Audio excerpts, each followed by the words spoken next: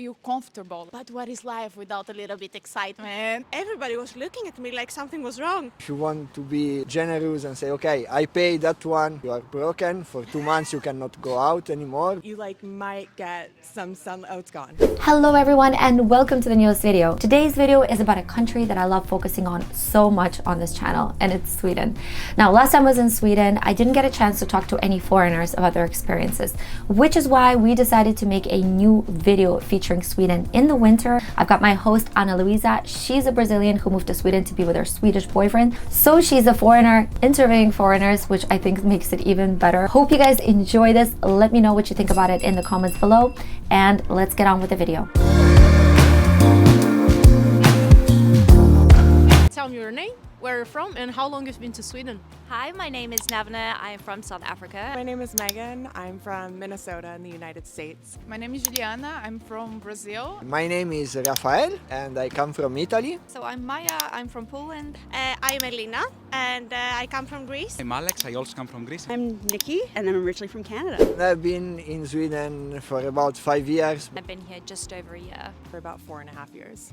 Almost 5 years. 100% living here, two years. I have been here for 6 years now.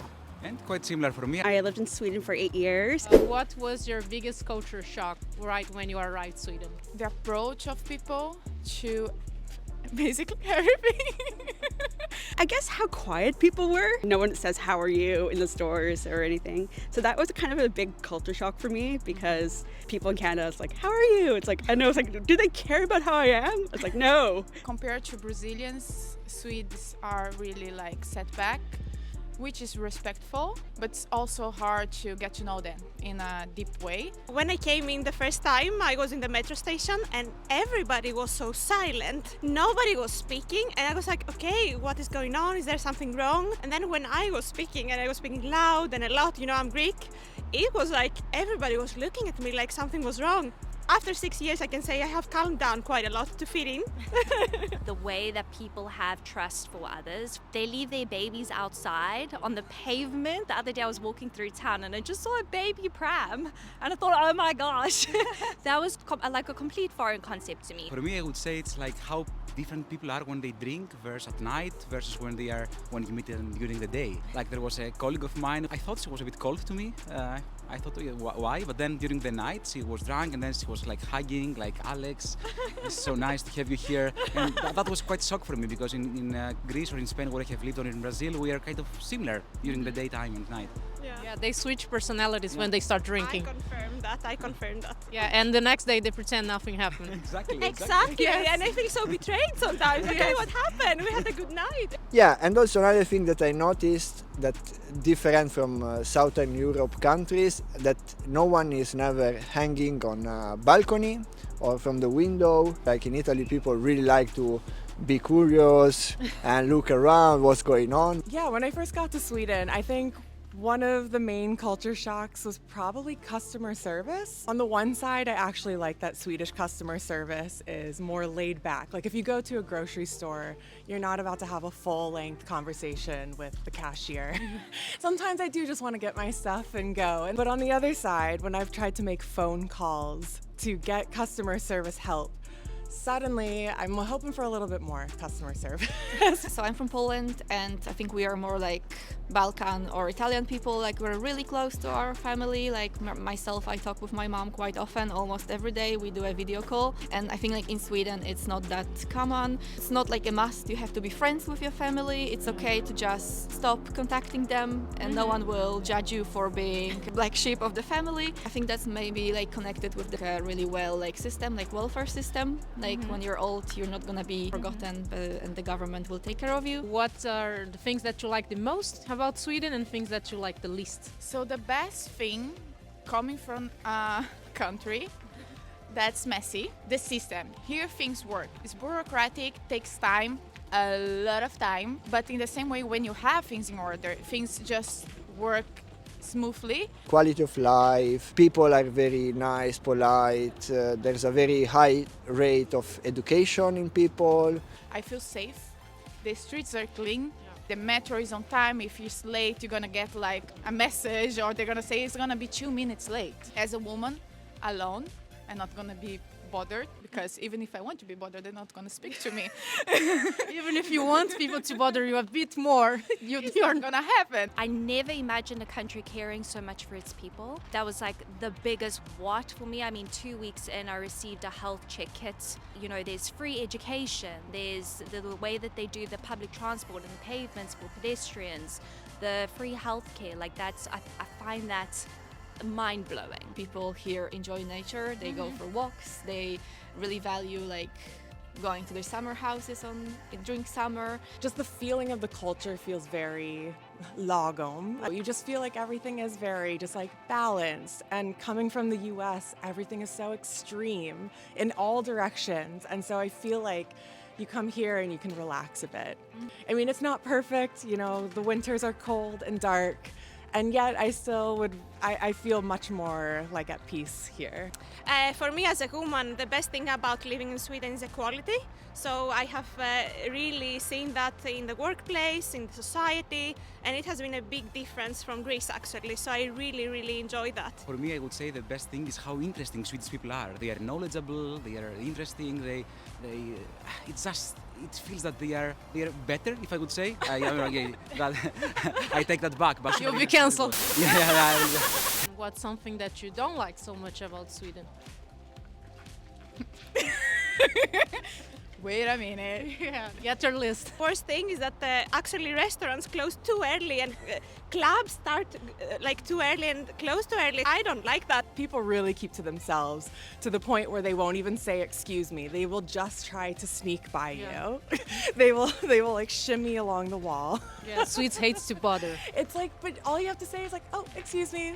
And so that's a huge difference. In the States, we'll be like halfway down that, like away from them down the aisle, be like, oh, sorry, about to come through, you know. Oh my God. It's sometimes I don't feel like culturally integrated and I feel different from most people. Like, and I think that's the hard part. It's also like when you were trying to learn the language, people do speak English. And that's also very hard because if you're trying to learn Swedish, you have to, it's hard to learn the language because everybody wants to speak English. I mean, to not mention the obvious, the warmth overall, the warmth of the weather, the warmth of people, spontaneity. When you have everything set up as people are used to have here and everything is a certain way and they live their whole life in this way, I understand that it's difficult to kind of do something different out of nowhere. Feel comfortable like this. But what is life without a little bit excitement? What is life without a little bit spontaneity? You miss that. I miss that. Just loosen up. Sad part is that they are not so spontaneous. Then we need to plan ahead so much. Our life is mostly on the weekends, not during the week time. Whereas in Greece, I mean, you just go for a coffee after work so easily. And here it's just not so easy. Every day I don't hear voices outside. When you go out to work or whatever you're doing, you don't hear people talking. They just like straight to work like this. And Friday night, from nowhere, I hear some laughs. It means it's after work, they're going out to drink and they're happy. I mean, in Brazil we also drink, have fun, but we don't have this necessity to like be just in the environment of having fun, to be in that energy of like laughing and make jokes and losing up. We have fun every day. The price, especially like alcohol or getting a shot when you go out with your friends in the night, if you want to be like generous and say, okay, I pay that one, like, and you are 3 or 4 friends, like you are broken for 2 months, you cannot go out anymore. I would say it's the weather for me, the darkness, not the cold. I really like the cold, but the darkness is really, really tough. The first year it was basically impossible to manage this like very long darkness. I do come from Minnesota, and Minnesota is just as cold, if not colder, than Sweden. But the darkness, and I know that is a stereotype of Sweden, but it really did surprise me the first winter I stayed here. I thought I was so ready. No, the darkness is worse because it's not like you get 4 or 5 hours of bright sunlight. You like might get some sun. Oh, it's gone. Like that's how it is here. What's something that at first was a shock, but now you said, I feel more Swedish. I like this. I guess herring, pickled herring. That was really odd. I arrived on cinnamon bun day. So my sister-in-law was like, come, let's go get cinnamon buns. And at first I was like, okay, but you know, this is interesting. And then there was the semla bun day, and then there was the crayfish day, and then it was this and that and that. And now I'm seeing how The Swedes are taking these tiny little things and making something so cozy out of it. Organized. They are so organized and it's trustful because they are on time for everything, and this organization give you security, safety.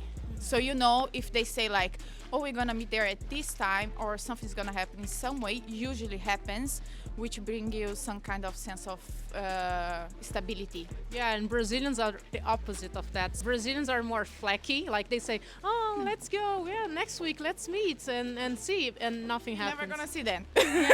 And I think, never gonna happen. yeah, and Swedes are like, oh, let's meet next week and have a dinner or something, and they actually mean it. And they make an appointment, and you gotta be there 50 minutes early. Okay, not on the time they say 9, be 8:45. Swedes never meet just to meet. There always needs to be something planned, like an activity, like a theme for the party. Like there needs to be something. In the beginning, I thought that was super weird. Like just meet, please. But now I think I enjoy it. Like, Yeah.